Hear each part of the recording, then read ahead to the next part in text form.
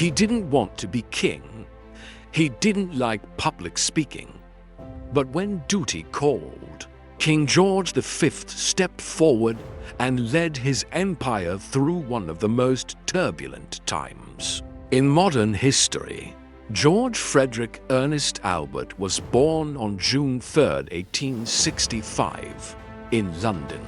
He was the second son of Albert Edward, the Prince of Wales, and Princess Alexandra of Denmark. Because he had an older brother, Prince Albert Victor, no one expected George to become king.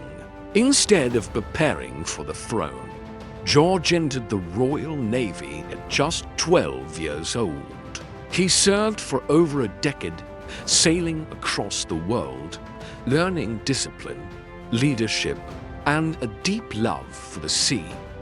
But life took a turn in 1892. George's older brother suddenly died of pneumonia. Now, George was heir to the throne. His naval career ended, and his life changed forever. In 1893, he married Princess Mary of Teck. Together, they had 6 children and a strong partnership that would see them through decades of royal service. When his father, King Edward VII, died in 1910, George became King George V. At first, people weren't sure what to expect. George wasn't flashy. He didn't enjoy grand speeches. He preferred stamp collecting over politics. But behind his quiet nature was a strong sense of duty, loyalty, and stability. Just 4 years into his reign, in 1914, the world was plunged into World War I. Britain and its empire faced its greatest challenge yet, as bombs fell and soldiers fought in the trenches. King George did something no monarch had done quite like this.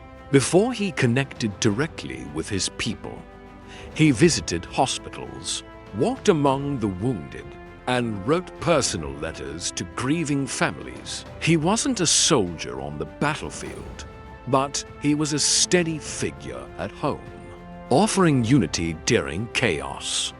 In 1917, with anti-German sentiment rising, George made a bold and symbolic move. His family had German roots and bore the name House of Saxe-Coburg and Gotha. But during wartime, this was a problem, so he changed the royal house's name to something more British, the House of Windsor. That name remains to this day. After the war, Britain was never the same. The empire was beginning to shift, democracy was growing, and monarchies across Europe were falling. But George adapted. He supported reforms, stayed above politics, and reshaped the monarchy into something more modern and accessible. He knew that to survive, the royal family had to evolve. He hosted the first royal Christmas broadcast on radio in 1932, using technology to reach people directly, something revolutionary for the time.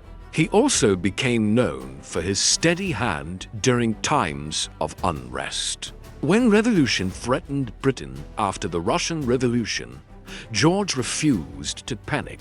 And when his cousin, Tsar Nicholas II of Russia, was overthrown and later executed, George made the difficult decision not to offer asylum, fearing it would endanger the British monarchy.